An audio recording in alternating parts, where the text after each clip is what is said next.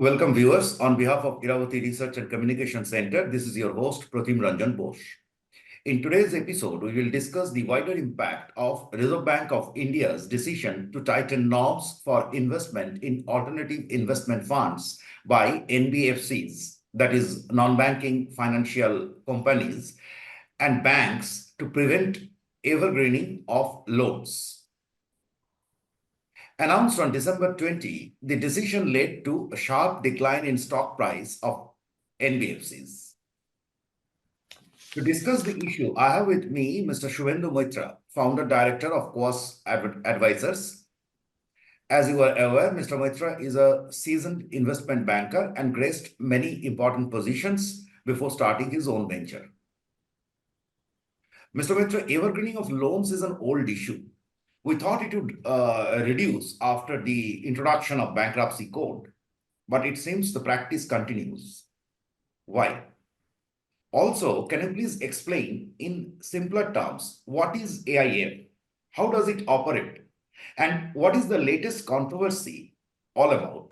Whether it would impact the credit flow in the market. As you may remember, the collapse of ILFS in 2018 led to a serious credit squeeze from NBFC side in the market in 2018. Over to you, Mr. Moitra. Yeah, thanks, Mr. Bose. Thanks for the discussion on a very hot topic at this moment. It's been discussed in the press also quite widely. Now, this evergreening is actually that old, menace which we discussed. We say that the Indian banks were not all doing evergreening their books, and so we started the process of cleaning it, and that resulted in a lot of banks having problem merging with each other. Those things happened, and right now fortunately our Reserve Bank of India is very strict on that, and they have cleaned this banking that particular menace to a great extent, and more or less it's non-existent. Is they're very strict, and all banks took their one-time hit, and they are also very strong at this moment, and which is being appreciated internationally also. Now IBC worked.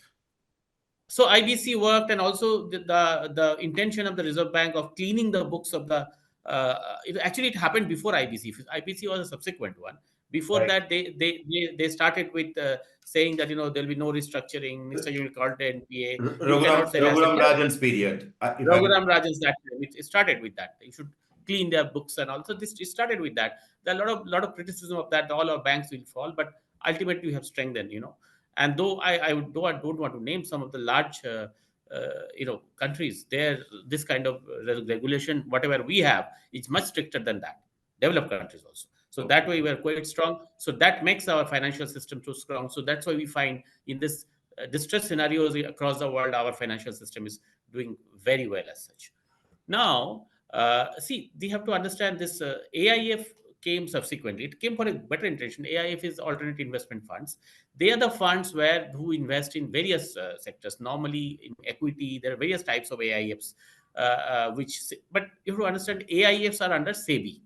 Okay, so they are regulated by SEBI. Okay, now there is a special category of AIF which was introduced some time back, which was for distressed debt or normal debt funding.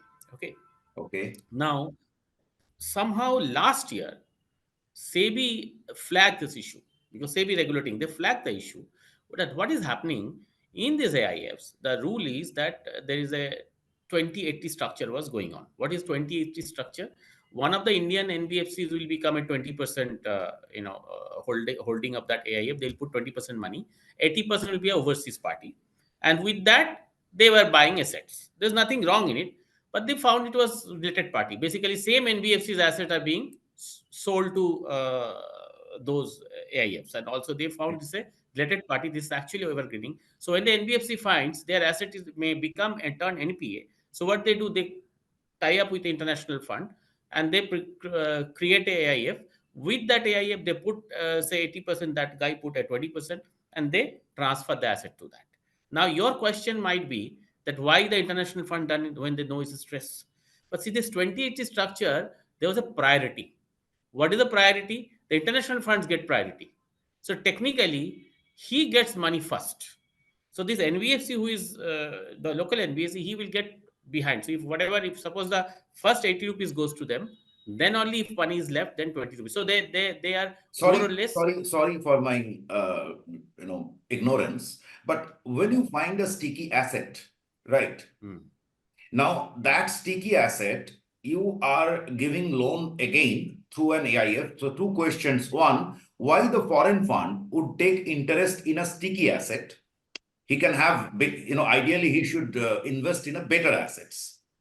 Number one. Number two is there are asset reconstruction companies which can do this kind of sticky asset job better. There are specific funds or mechanisms to deal with the sticky assets. So in this case, was this AIF was actually bypassing that or what?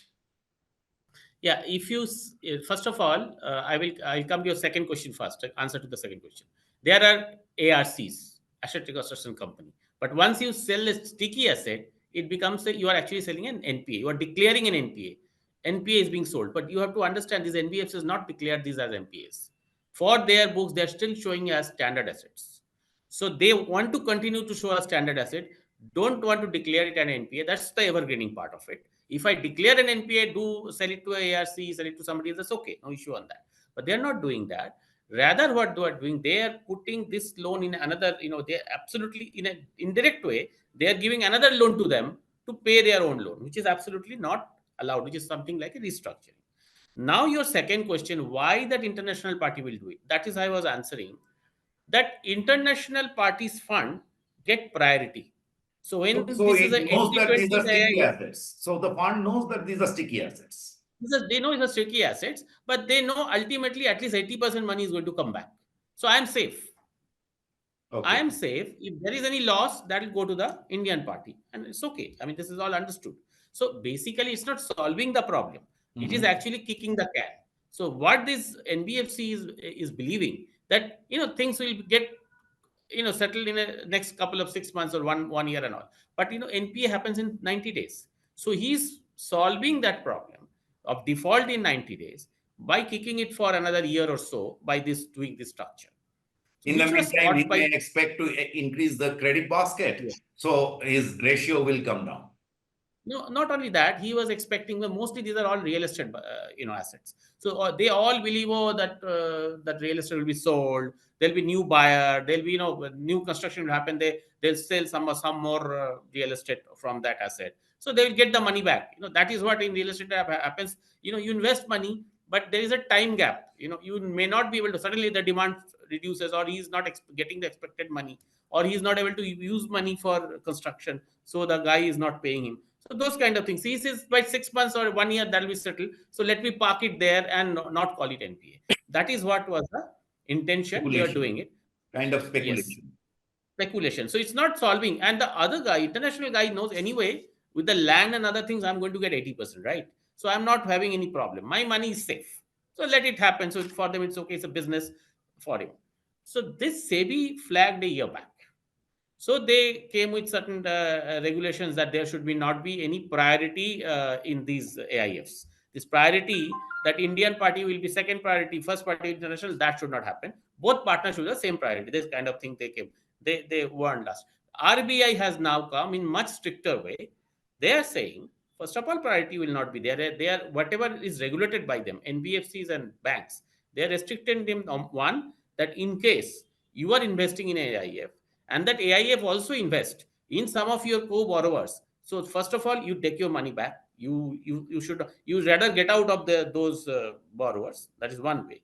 If you are not, then you provide fully for them, which is a big hit and retrospective effect is there.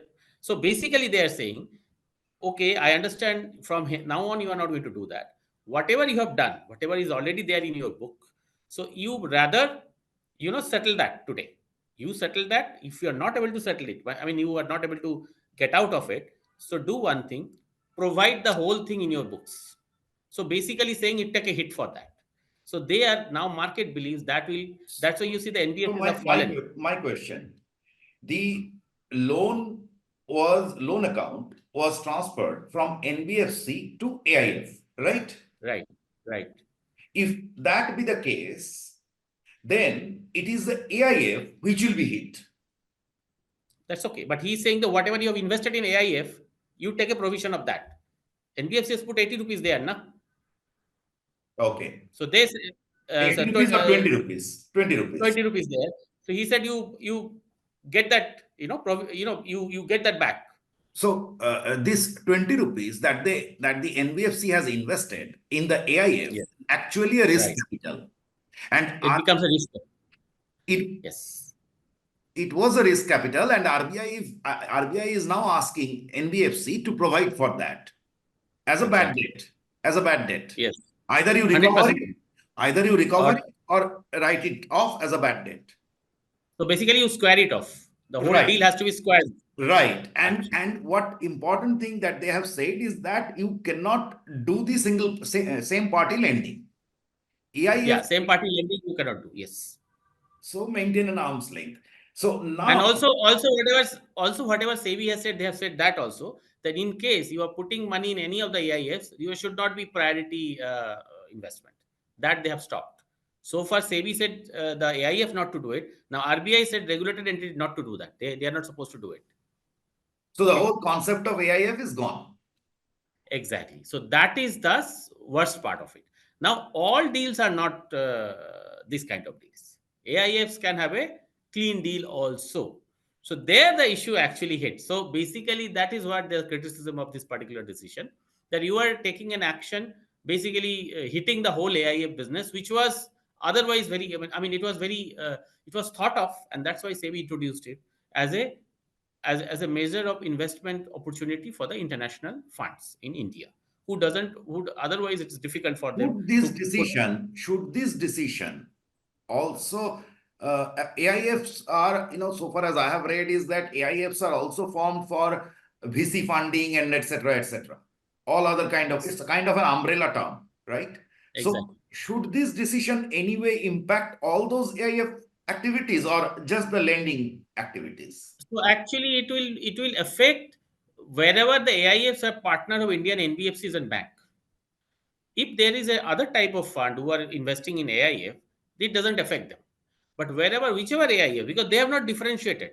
So whichever AIF have the co-investors, the Indian banks and financial institution or NBFCs who are under RBI, it gets affected there.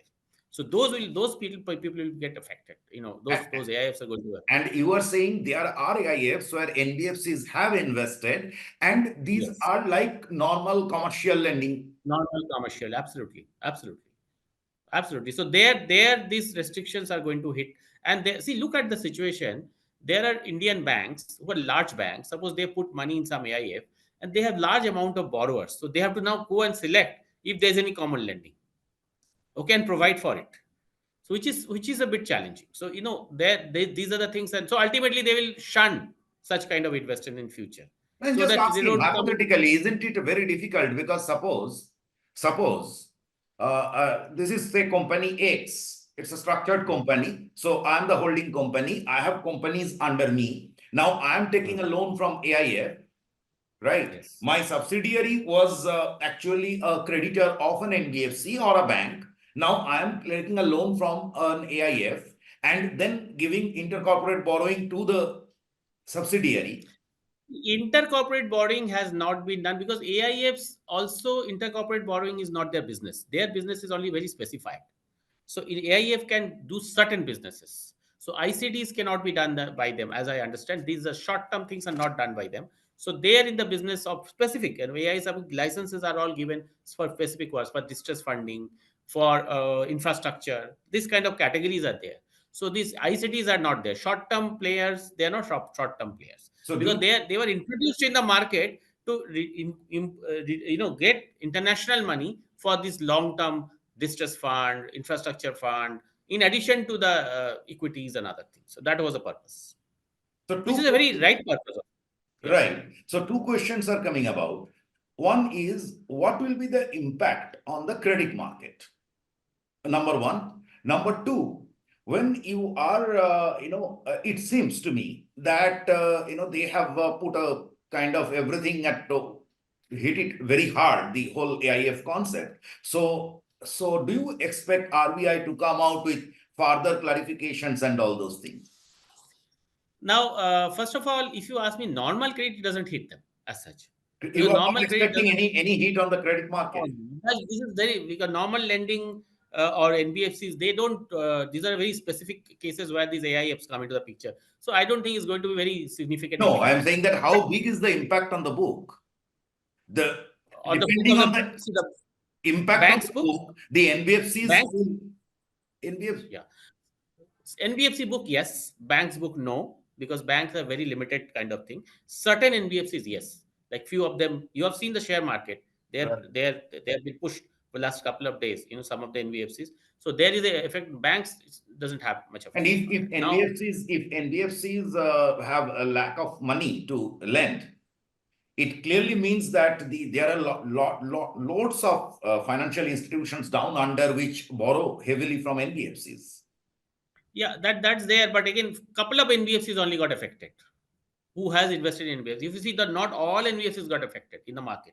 There's few of the names So you which don't expect a 2018 I like don't quiz. I don't expect much of a a bad effect on the credit. I expect effect on AIFs, which is not good for the Indian market also, because they have to play. They are playing certain good role in infrastructure, in stress, asset purchase and all. So there, this effect is not a welcome one. So RBI may come with some clarification for taking out those clean deals and all. We have to just wait for it, but they have come with that because RBI is. I'm saying. I mean, they might not have found a way by which they can stop that practice and allow the other practice also. So maybe they are looking into it and they'll come with some clarification. May, I'm not sure, but they may come with some clarification. In fact, one particular writer, journalist in Economic Times, so he has made a very interesting point, saying that ever since SEBI pointed this out, raised this issue, now some NBFCs have cleverly shifted it to some trusts. Trust, yes, that is the other. That is still open. Now So that the point. option is still open. So That the option point is is that open. by killing AIFs, you are not solving any problem. It will go to someone else. So rather, I don't know whether RBI has found anything on that. See, if they find something, they will catch hold of them also. The RBI is very clear on that. They will not allow this. So So why not instead you take a look at the books of the NBFCs, the they were doing banks? it, That solves it. but then unless you have a regulation to stop it, if suppose they see that, but regulation doesn't allows that, so they can't do anything, right? This is a very clear deal. So far, what they were doing, there was nothing illegal on that. You can't say it's illegal. It was allowed by all the laws. I So think they the have stopped it. only positive outcome here is a policy decision that an AIF, I think they should include any other entity, be it a trust or whatever. Right. Where NBFC is a partner, cannot Yes. invest in the same assets where the NBFC has invested. NBFCs, yeah. So that sometimes become challenging. See, if the same assets for a different project or something, there should be some kind of differential. Like look at, for example, look at a very large Indian bank who are investing in all the assets, all the companies of the country. So they have one asset where suppose this has happened. So you provide on that. So that becomes a problem as such. So I think then is such bank should shun any investment in any of the AIFs. So Suppose that's they going have to a be another borrower. problem. That's going to be That's another a problem. yeah. So suppose they have a borrower, they have another AIF, they have taken say equity or something from another AIF, and these guys have also invested in that AIF in a very clean manner. But this actually can affect them. So they will then check that I rather I should not invest in the AIFs. That should be a decision of the AIF banks, because this is a very small one for the banks. They don't get any. It's not that it's a good business for both. For international parties, a good business. Otherwise, AIFs, that's why they're investing. For the banks, a very small business. So they said to let her get out of it, get out of that particular In fact, if there is an investor in sticky assets, yeah, theoretically, it offers an exit route to the right. uh, lenders. Yes. So that is Exactly. there is. I think we have just put our foot on a landmine, and Yeah. Absolutely. there will be several repercussions around it. What you were Yes. saying is that for the foreign investor, so we in the past on this forum only we discussed about the policy consistency, right? Mhm. Which the Right. foreign investors are most scared of. So Exactly. this decision might have, impacted the consistency part. That will impact the sentiment part, and on the other hand, whether by this decision is solving the problem or complicating the problem is an issue that should be looked So I into. Absolutely, because that particular thing of the policy consistency, that's very important.